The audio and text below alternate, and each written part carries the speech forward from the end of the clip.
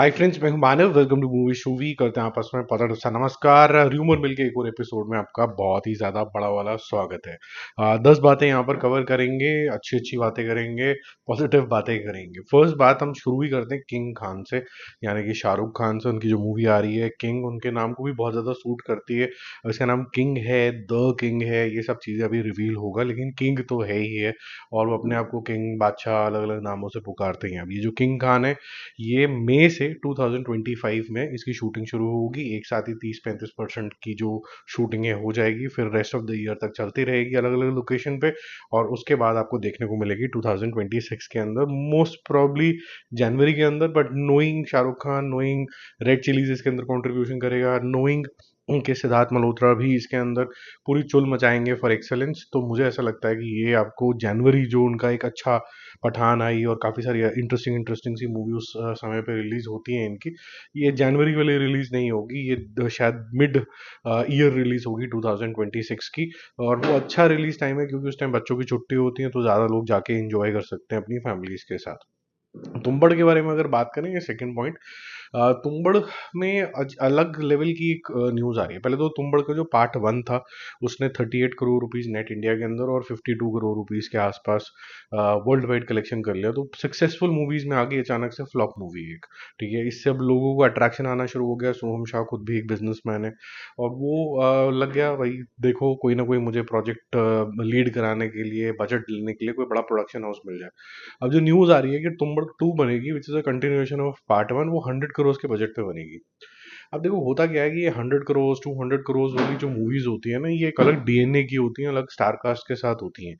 ये फिर से वही होता चला जा रहा है कि मेरे अम्बिशन जो होते हैं वो ओवरटेक कर जाते हैं क्रिएटिविटी में। इनका खुद के इंटरव्यूज आप जब सुनोगे तो वो खुद ही बोलते हैं कि हमें 100 करोड़ की पिक्चर बनाने की कोई ज़रूरत नहीं है, हमें कोई हैवी फीस देने की ज़रूरत नहीं है, हम नेचुरल लोकेशंस पे जा सकते हैं, हमें कोई वीएफएक्स की ज़रूरत नहीं है। तो उस तरीके की बातें होती हैं जब, तो आपको लगता है कि यार ये कितनी ऑनेस्ट तरीके से तुम्बड़ बनी है। यहाँ पर बारिशों का वेट पूरा एक एक साल करना पड़ा, इस तरीके से वो बनी है। और उसके बाद अगर हम उसको वीएफएक्स से अचीव करने की कोशिश करेंगे, तभी 100 करोड़ चाहिए, तो जल्दी बनेगी वो। और साथ साथ में अगर 100 करोड़ वाली बात होगी, तो एक बड़ा प्रोडक्शन हाउस भी आएगा और क्रिएटिविटी की वो लगा देगा पकड़ के। तो मुझे लगता है कि ये थोड़ा सा आप ये मनी माइंडेड सिचुएशन के अंदर जाते चले जा रहे हैं। हर बंदा बोलता है हम क्रिएटिव तो होना चाहते हैं, but at the same time पैसा दिखता ही फिर लोगों को वही बड़े सपने, बड़ी चीज़ें ही देखनी है। लेकिन आजकल की जो रोना होना शुरू हो गया है ना कि भाई हम जो है आउटसाइडर हैं, हमें सपोर्ट करो। और इनसाइडर्स ने भी नाक कटा के रखी हुई है, क्योंकि जो नेपोटिज्म वाले जो लोग आ रहे हैं, उसमें से कोई भी संजय दत्त या फिर कोई बॉबी देओल, सनी देओल या इस तरीके का कोई नहीं निकल के आ रहा। क्या बोलो कि रणबीर कपूर के, यार चलो कोई बात नहीं, जो इंटरनल लोग आ रहे हैं उनको सपोर्ट किया जाए। जो आ रही है ब्रीड, वो भी बड़ी अजीब सी निकल के आ रही है, तो फिर आदमी का ध्यान जाता है आउटसाइडर्स पे। आउटसाइडर्स आधे नालायक हैं, लेकिन उनको काफ़ी ज़्यादा चीज़ें मिलनी शुरू हो जाती हैं इसी वजह से, क्योंकि उनके पास लेबल लगा हुआ है कि हम आउटसाइडर हैं। ठीक है, अब जैसे फॉर एग्जांपल कंगना की लास्ट 17 पिक्चरें फेल है, लेकिन फिर भी वो क्वीन कहलाती हैं। अब कार्तिक आर्यन एक बिलो ऑर्डिनरी एक्टर है, लेकिन अब जब मैं उसको देखने लग गया हूँ और नादानियाँ देखी या कोई और पिक्चर देखी, तो मैंने कहा भाई यही ठीक है। क्योंकि ऑब्वियसली उसकी एक्टिंग बाकियों से तो बेटर है, जो ऑब्वियसली जो सो कॉल्ड नेपो किड्स हैं। अब जैसे दीपक डोडियाल है और साथ में विक्रांत मैसी, ये दोनों भी जो आए हैं बाहर से ही आए हैं, लेकिन मेरे को लगता है दीपक के ज़्यादा अच्छा एक्टिंग स्किल्स है विक्रांत मैसी से। बट एनीवेज आगे चलते। लूसीफर आपने देखी होगी, ये मूवी मोहनलाल की मूवी थी और काफ़ी ज़्यादा ज़बरदस्त हुई थी। और इसको बनाया था एक्टर डायरेक्टर ने, पृथ्वीराज सुकुमारन ने। और अभी पार्ट टू भी उन्होंने बना लिया, इसका नाम है पार्ट टू एम्पुरान। और ये जल्दी ही रिलीज होने वाली है। इसका जो ट्रेलर ट्रेलर है वो 3 मिनट 41 सेकेंड, 3.41 मिनट्स का है। काफी लंबा ट्रेलर है ये, मतलब 5 मिनट लंबा वाला तो नहीं है जैसा हमने उसके अंदर देखा था, सिंघम के अंदर। बट ये उतना ही बड़ा हो गया जैसे पुष्पा टाइप का ट्रेलर हो गया। और इसके अंदर जो यूनिवर्सल एडल्ट का इसको सर्टिफिकेट भी मिल गया है, तो क्लियरेंसेस सारी आ गई हैं। ज़्यादा पब्लिक देख पाएगी, लेकिन ज़्यादातर कुछ जो सीन्स हैं 5 से 6 वो काटे भी गए हैं, क्योंकि ये ज़्यादा ब्रूटल जोन के अंदर चली गई है। और one of the longest movies, 3 घंटे की पिक्चर होगी मलयालम सिनेमा के पर्सपेक्टिव से बात करें। कैमियोज की बात करें तो ऑलमोस्ट हर एक जो भी आपको नाम पता है, वो सारे यहाँ पर कैमियोज थोड़ा थोड़ा थोड़ा थोड़ा करने वाले हैं इस पिक्चर में। तो ऑलमोस्ट मलयालम इंडस्ट्री के जो टॉप स्टार्स हैं इसके अंदर आपको, तवीनो थॉमस वगैरह सब लोग इसके अंदर आपको दिखने वाले हैं। फोर्थ नंबर पे इमरान हाशमी की जो अब जो इक्विटी है वो मेरे ख्याल से पहले से ज़्यादा बेटर होगी, क्योंकि लोगों को रियलाइज़ हुआ कि ये बेटर एक्टर हो चुका था, पता नहीं क्यों नहीं पिक्चरें करी, पर्सनल रीजंस भी थे, बेटा जो उनका था वो ठीक नहीं था, वो सब कुछ हो गया recover, now people want him back. तो आवारापन धीरे धीरे कल्ट स्टेटस पे ले गई थी, हालांकि ये फ्लॉप मूवी थी। 8 करोड़ की कलेक्शन आई थी और 18 करोड़ में ये बनी थी। तो अब आवारापन 2 भी अनाउंस हो गई है, तो नया क्या होगा इसके अंदर। और आवारापन जो है वो रिलीज भी होने री रिलीज होने वाली है, तो उसको भी 11 करोड़ रुपए और करने पड़ेंगे ताकि वो प्रॉफिटेबल हो पाए। एक फ्लॉप मूवी का पार्ट 2 होता है। यमला यमला पगला दीवाना का भी पार्ट 3 बना था, पार्ट 2 चला नहीं था, पार्ट 1 चला था सिर्फ। बट लेट्स सी ये कैसे शेप अप होता है। इमरान हाशमी जो है, जो अपने वो रेट्रो अवतार जो है उनका, वो काफ़ी ज़्यादा पसंद आता है लोगों को। फिफ्थ नंबर पे चलते हैं। देखो, सिकंदर की कुछ सैलरीज आउट हुई हैं जिसके अंदर मुझे नहीं लगता इसके अंदर कोई भी सच्चाई है। पहले मैं बता देता हूँ क्या है ये। सलमान खान जी 100 करोड़ रुपए लेंगे, काजल अग्रवाल 3 करोड़ रुपए लेंगी, रश्मिका मंदाना 5 करोड़ लेंगे, शर्मन जोशी को 75 लाख रुपए, प्रतीक बब्बर को 60 लाख रुपए, सत्यराज जो मेन विलन है इसके अंदर वो 50 लाख रुपए। अब देखो, पहली बात तो ये है कि जो खान तरीके के जितने भी आर्टिस्ट हैं जो टॉप मोस्ट हैं, वो सैलरीज पे काम कम करते हैं जरा, वो काम करते हैं प्रॉफिट शेयरिंग के ऊपर। तो मुझे नहीं लगता कि ये 100 करोड़ वाला मामला यहाँ पर हुआ होगा। अगर हुआ होगा तो आप ये हिसाब लगा लो कि अगर ये सारा आप टोटल करोगे सिर्फ फीस वीस का, क्योंकि इसके अंदर AR मुर्तू उसको भी कम से कम 20-25 करोड़ रुपए मिले होंगे, तो टोटल मिला के अगर वो 130 करोड़ रुपए की अगर सिर्फ फीस फीस हो रही है और 200 करोड़ की बनी है, तो 70 करोड़ रुपए में प्रोडक्शन हुआ होगा इसका। हो भी सकता है, कोई 70 करोड़ रुपए कम नहीं होते सिर्फ प्रोडक्शन प्रोडक्शन की अगर हम बात करें और फीस हटा दिया जाए।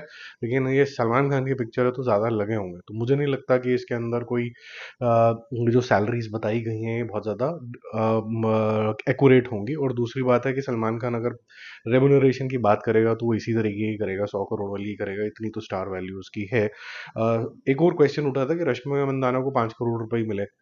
यार, ऑनेस्टली दिल पे हाथ रख के बताना कि Rashmika Mandanna, can she draw people to the theatre कि भाई मैं आके ऐसा इंश्योर कर दूंगी कि पहले दिन ही 50-60 करोड़ रुपए की ओपनिंग मिल जाएगी। जितनी भी उन्होंने पिक्चर करी है वो एक बस पीछे खड़ी हुई एक एक्ट्रेस की तरह ही उन्होंने करी है। और अगर वो सक्सेसफुल हो चुकी है, क्योंकि उनके जो रिटर्न्स है वो काफ़ी ज़्यादा है। 2500 करोड़ का उन्होंने कंट्रीब्यूशन दिया post pandemic. But at the same time उनका खुद का कंट्रीब्यूशन इन मूवीज में बहुत ज़्यादा लिमिटेड है। आप एनिमल देख लीजिए तो आपको रणबीर कपूर याद आएंगे, पुष्पा देखे तो आपको सिर्फ अल्लू अर्जुन याद आएगा, सिकंदर के अंदर उनकी कोई बात ही नहीं हो रही है, सलमान खान की बात हो रही है। तो हीरो ड्रिवन फिल्मों के अंदर अगर वो काम करेंगी तो फिर ऑब्वियसली ये तो आएगा ही आएगा कि भाई लिमिटेड तनख्वाह के अंदर हीरो को ज़्यादा पिक्चर में पैसे मिल जाए और बाकियों को कम मिले। अब इनको अगर 5 करोड़ रुपए मिल रहे हैं और उसमें डिसपैरिटी दिख रही है, तो फिर आप बोलो कि सीनियर आर्टिस्ट सत्यराज को 50 लाख रुपए क्यों मिल रहे हैं। तो मेरे ख्याल से एक बार आमिर खान ने बोला था कि whosoever is able to bring people to the theatre should get more money. इस हिसाब से जो कंगना रनौत की जो मूवी होती है उसके अंदर वो हाईएस्ट पेड होती है जितना भी उनको पैसा मिलता है, क्योंकि उनकी मूवी के अंदर वो एक अटेंशन पॉइंट हो जाते हैं। तो ये तो खुद को डिसीजन लेना है कि मुझे किस तरीके से करना है। और अगर ये साइडी वाले रोल उनको नहीं पसंद है तो वो बोल दे कि भाई साइडी वाले रोल मेरे से मत कराओ, मैं तो अपनी वो वुमेन एम्पावरमेंट वाली या फिर वुमन लीड वाली मूवी करूंगी, तो मुझे मत लो इसके अंदर। ये उनकी चॉइस है, इसके अंदर पब्लिक को जबरदस्ती का तमाशा नहीं बनाना चाहिए। अब 6 नंबर पे एक और सिकंदर से रिलेटेड मेरे पास खबर है। कल काफ़ी हू हल्ला हुआ था, तमाशा भी हुआ था कि KRK काफ़ी ज़्यादा मजाक उड़ाता रहता है सलमान खान का। उसने ये भी बोल दिया कि ये जो गाना आया ज़ोरा ज़बीन, ये सलमान खान ने परफॉर्म ही नहीं किया, ये सिर्फ बॉडी डबल ने किया और इनका जो चेहरा है वो स्वैप कर दिया गया VFX AI टेक्नोलॉजी से। तो मेरे ख्याल से बहुत ही अच्छे तरीके से जो प्रोडक्शन हाउस है, इस तरीके के जो चोमू लोग होते हैं उनको बहुत ही अच्छा जवाब दिया उन्होंने। तो उन्होंने क्या किया, बिहाइंड द सीन्स जो है इस पर्टिकुलर सॉन्ग के वो रिलीज कर दिया आज अपने ही हैंडल के ऊपर। कोई ज़रूरत नहीं थी, बिहाइंड द सीन यूजुअली गाने की नहीं होते, फिल्म के होते हैं, लेकिन उन्होंने गाने की है जहाँ पर आपको पूरा प्लानिंग दिखेगी फराह खान की कि किस तरीके से डांस स्टेप है, एनर्जेटिक तरीके का सलमान खान दिखेगा, वो अपने डांस स्टेप जो उसमें फाइनल हुए हैं उसको प्रैक्टिस भी कर रहे हैं। तो ये सारी चीज़ें जो होती हैं मेरे ख्याल से एक सोफिस्टिकेटेड वे होता है टू आंसर। ये अपब्रिंगिंग के ऊपर ही होता है। अब यहाँ कोई बंदा बदतमीजी के ऊपर उतरा हुआ है, वो किसी भी तरीके की कोई भी लैंग्वेज यूज़ करता है, जबकि प्रोडक्शन हाउस ने BTS निकाल के, बिहाइंड द सीन्स निकाल के, एक मुझे कहते हैं जोर का लपड़ मार दिया उसके मुंह के ऊपर। तो ये बहुत ही अच्छा मुझे लगा कि एक सोफिस्टिकेटेड तरीके से ही has almost kicked his ass, so to say. अच्छा, बहुत से लोग बोल रहे थे कि भाई जाट का कोई कुछ नहीं आ रहा, जाट का क्या करने वाले हो। तो जाट का जो मेन अट्रैक्शन पॉइंट है वो है Sunny Deol, but at the same time Sunny Deol तब बनता है जब बहुत खूंखार विलन्स भी आते हैं, क्योंकि उसका ऑरा इतना ज्यादा है कि वो पंप शंप ये सब चीजें तो ऐसे ही उखाड़ देता है। तो पंखा वंखा भी तभी उखाड़ेगा ना जब उसके सामने कोई बलशाली आदमी होगा, और रणदीप हुडा उस तरीके की पर्सनैलिटी है। तो कल 10:35 AM पे, यानी कि सुबह के टाइम के, आपको रणदीप हुडा का खूंखार कैरेक्टर रिवील देखने को मिलेगा। तो इसका प्रमोशन जो है अब से शुरू हो गया है। ऑलमोस्ट एक महीना पिक्चर को बचा है, तो अब बैक टू बैक आपको कुछ ना कुछ दिखता रहेगा। इसका ट्रेलर भी आएगा, गाने वाने भी थोड़े से रिलीज होंगे। इस पिक्चर से काफी लोगों को उम्मीद है, क्योंकि ये एग्जैक्टली उसी टेम्पलेट पे चल रही है जैसे आजकल की मूवी लोगों को पसंद आ रही है। और अगर आपको मैचोनेस चाहिए और मैचोनेस के साथ एक्टिंग अच्छी चाहिए, क्योंकि एक्टिंग तो लोग करते नहीं ना, क्योंकि एक्टिंग तो आती नहीं है आधे से ज्यादा ये जितने भी पिक्चरें अभी चली हैं, क्योंकि सारी चीजें जो है वो डायरेक्टर कर देता है एक्चुअली के अंदर, कि भाई स्लो मोशन में मैं यहाँ लेके आ जाऊंगा, तेरे बाल मैं यहाँ से उड़ा दूंगा, ये कर दूंगा, तेरे को दो डायलॉग दे देंगे, लेकिन जो अंदर के जज्बात जो निकालने वाले हीरो होते हैं वो थोड़े कम होते हैं। ठीक है। वैसे मेरे को अल्लू अर्जुन भी काफ़ी ज़्यादा पसंद है, क्योंकि वो भी मेरे ख्याल से एक one of the talented artist है। 8th नंबर पे चलते हैं, जो कि मुझे काफ़ी इंटरेस्टिंग न्यूज़ लगी। देखो, ये तो न्यूज़ आई गई थी कि बैटमैन के अंदर जो मेन बैटमैन होगा आने वाले फ्यूचर डीसीयू के अंदर, वो रॉबर्ट पैटिंसन तो नहीं होंगे। ये तो बड़ा क्लियर हो गया। और ये जो पार्ट 2 बनेगा बैटमैन पार्ट 2, उसके बाद थैंक यू वेरी मच हो जाएगा उनका। तो एलन जो रिचसन है, जो कि रीचर का जिन्होंने रोल किया है, और उससे पहले बर्डमैन भी कर चुके हैं, अगर वो आपने टाइटन्स देखी हो तो उसके अंदर भी काफी रोल कर चुके हैं। बलेसा आदमी है, काफी ताड़ा सा आदमी है, 6.5 फुट का, 6 पैक्स वैक्स है, काफी इंप्रेसिव लगता है। तो मैं बोला यार मैं फ्री में काम कर लूंगा, मुझे बैटमैन बना दो। तो मुझे ऐसे लगता है कि यार इसको बना देना चाहिए, क्योंकि आई थिंक जिस तरीके का और आपको एक बैटमैन के लिए चाहिए, इसको एकदम सूट भी करता है, और थोड़ा सा क्लेफ्ट वगैरह भी है यहाँ पर। तो उस पे जो बैटमैन के लिए जो हाफ सर इतना सा चेहरा दिख रहा होता है, स्पेसिफिकली चेन एरिया, वहाँ का क्लेफ्ट भी थोड़ा अच्छा लगेगा। तो and he can act very very well, and he is funny as well. Otherwise तो यहाँ फन नहीं चाहिए, लेकिन सीरियसनेस में पूरा ताबड़तोड़ तरीके से कर लेगा। अब चलते हैं, और मैं इसलिए भी बोल रहा हूँ इसको, क्योंकि मेरे को लगता है कि बैटमैन एक ऐसा कैरेक्टर है जिसको ह्यूज होना जरूरी है, क्योंकि उसके पास कोई सुपर पावर्स नहीं है।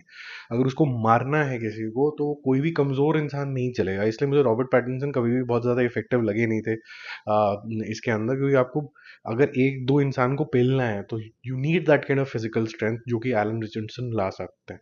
आगे चलते हैं, अटली 6 के अंदर जो आर्टिस्ट की तलाश कर रहे थे दिया देख के, कि भाई इसलिए हम सलमान खान के साथ काम नहीं कर पा रहे हैं, क्योंकि सलमान खान है तो मेन, लेकिन हम रजनीकांत की वजह से नहीं कर पाए, है तो बेवकूफ़ों वाली बात। लेकिन अटली 6 की अगर आपको कुछ न्यूज़ चाहिए तो उसके अंदर अल्लू अर्जुन तो थे ही थे। एमरान आपने देखी होगी, तमिल की काफ़ी बड़ी हिट थी, 150 करोड़ रुपए के आसपास चलेगी नेट इंडिया के अंदर। आई थिंक 300 350 ओवरऑल भी करे इसने। एमरॉन शिवा कार्तिकेन जो है, तो वो इसके अंदर आ गए। अच्छे आर्टिस्ट हैं, बहुत बढ़िया आर्टिस्ट हैं। ये अल्लू अर्जुन के साथ दिखेंगे। ये 2 हीरो फिल्म है। तो इसमें हीरो होगा कि विलन होगा, अल्टीमेटली क्या हो जाएगा, अब मेरे को जीरो इंटरेस्ट है इसके अंदर। मेरे को ऐसा लगता है कि जो ऑनेस्टी से काम नहीं करते हैं, जो ट्रांसपेरेंट नहीं होते हैं, वो इज्जत कम गवा देते हैं। एज अ रिव्यूअर जाके पिक्चर देख के आ जाएंगे, बट इन मेरे को अब कोई एक्साइटमेंट नहीं है इसको लेके। 10th नंबर में लेके जो मैंने ये सुना, उसके लेके काफी ज्यादा एक्साइटमेंट है। Akshay Kumar back in comedy, and back in comedy with Priyadarshini. तो आपको ऐसा लगता है कि बहुत ही बढ़िया हो जाएगा काम।